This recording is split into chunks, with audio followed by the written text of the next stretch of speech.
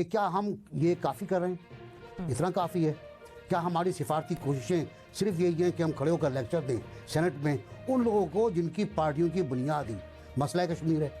کیا ہم یہ کہیں کہ کشمیر پر سب متفق ہو جائیں؟ کون متفق نہیں ہے کشمیر پر؟ مجھے نام بتائیں اس کا. متفق کون نہیں ہے؟ کون اتفاق رائے سے انکار کر رہا ہے؟ میں تو کہتا ہوں حملہ کر دیں انڈیا کے اوپر. چلیں آ جائیں. آپ اس سے متفق ہیں؟ نہیں ہوں گے یقیناً نہیں ہوں گے. تو پھر راستہ کیا ہے؟ راستہ یہ ہے کہ آپ اپنی سفارتی جنگ بہت بڑے پیمانے پر لڑیں.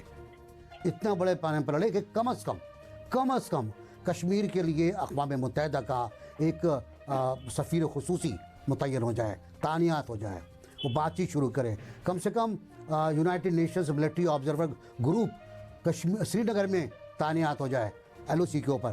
اتنا تو کر لیں کم سے کم, ورنہ تو پھر وہی رہے گا کہ اگلا سال بھی ایسی منائیں گے, ہم وعدے کرتے رہیں گے. صحیح. جنرل صاحب, ناصر بی چتر صاحب نے فرمایا کہ اخلاقی جنگ, سفارتی جنگ, عالمی امداد یہ سب کچھ ہوتا رہا, لیکن اس سے کچھ بڑھ کر کرنے کی ضرورت ہے. ایسا کیا کیا جائے کہ عالمی برادری بھی کشمیریوں کی آواز سن سکے اور ان کے حقوق انہیں دلوا سکے؟ بسم اللہ الرحمن الرحیم. دیکھیے, پہلے تو آج کا دن جو ہم مناتے ہیں وہ بنیادی طور پہ دنیا کو یہی بتانا چاہتے ہیں کہ ہم بھولے نہیں, نہ کشمیری بھولے, نہ پاکستان بھولا, کہ یہ ایک وہ دن ہے جس دن کے ان سے وعدہ کیا گیا تھا کہ آپ کو استصواب رائے کا حق دیا جا رہا ہے. اب چیز یہ ہے کہ یہ بالکل درست ہے کہ اتنے سالوں میں نتیجہ نہیں نکلا, لیکن آپ نے 3 جنگیں کشمیر کے اوپر ہی لڑی, 48 کی, پھر 65, اور اس کے بعد یہ جو کارگل والی وار ہوئی یہ بے نتیجہ رہی, اور کشمیر کا مسئلہ تو حل نہیں ہوا. پہلے جو 48 میں تھا اس وقت بھی اس کے بعد ملٹری بغاوت ہوئی, وہ اسی چیز پہ تھی کہ ملٹری کمانڈرز میں اس وقت کے وہ اس چیز پہ متفق نہیں تھے کہ ہم سیز فائر کو تسلیم کریں. نتیجہ یہ کہ اس زمانے میں ایک بغاوت ہوئی, اور وہ بغاوت جو ہے وہ کچل دی گئی, لوگ ان کو جیلوں میں ڈالا گیا, اور پھر آپ نے دیکھا کہ ہم پہنچے اس نہج پہ جہاں 1971 کی جنگ ہوئی, اور اس کے بعد ہمیں شملہ ایگریمنٹ کرنا پڑا. شملہ ایگریمنٹ کے بعد یہ بہت حد تک ایک 2 طرفہ معاملہ بن گیا.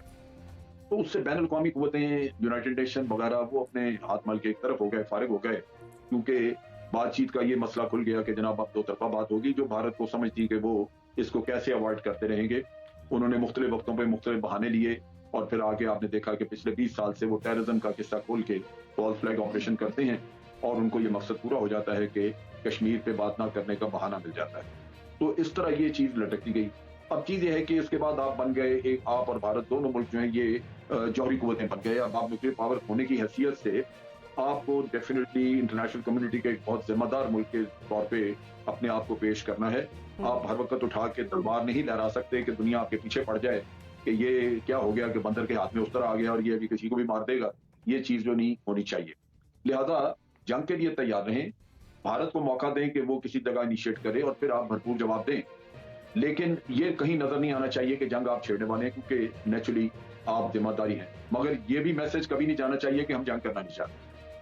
میسج ہمیشہ یہی جانا چاہیے کہ جنگ کے لیے تیار ہیں, اور کشمیر کی آزادی ہمارا پہلا مقصد ہے, اور اس کے لیے کوئی قربانی بھی دینے سے پاکستان گریز نہیں کرے گا, وہ جنگ ہو یا کوئی بھی. تو میسج جو ہے وہ بڑا کلیئر ہونا چاہیے کہ پاکستان پیچھے ہٹ نہیں رہا جنگ سے, لیکن ایک ذمہ دار ملک ہونے کی حیثیت سے تیار ہے, اور بالکل جنگ لڑنے کے لیے تیار ہے. اب اس کے ساتھ ساتھ یہ ہے جو NBC نے بات کی, وہ میں اس پہ آتا ہوں, وہ بہت ہی ضروری ہے. ہمیں اپنے گربانوں میں یہ جھانکنا ہے کہ کشمیری جب یہ سمجھتے ہیں کہ ہم ان کی آواز ہیں, تو کیا واقعی ہم نے ان کی آواز بن کے دکھایا؟ کیا ہم نے ان کی آواز کو دنیا کے کونے کونے میں پہنچایا؟ کیا وہ جو دنیا کی قوتیں جن کے ضمیر سوئے ہوئے ہیں ان کو جوڑنے کی کوشش کی؟ 10 سال تو پچھلے کشمیر کا نام ہی نہیں لیا کسی نے. اوفا میں ہم تھے, اور وہاں پہ آپ نے دیکھا کہ جو جوائنٹ کمیونٹی کا ایشو ہوا اس میں ذکر تک نہیں تھا کشمیر کا.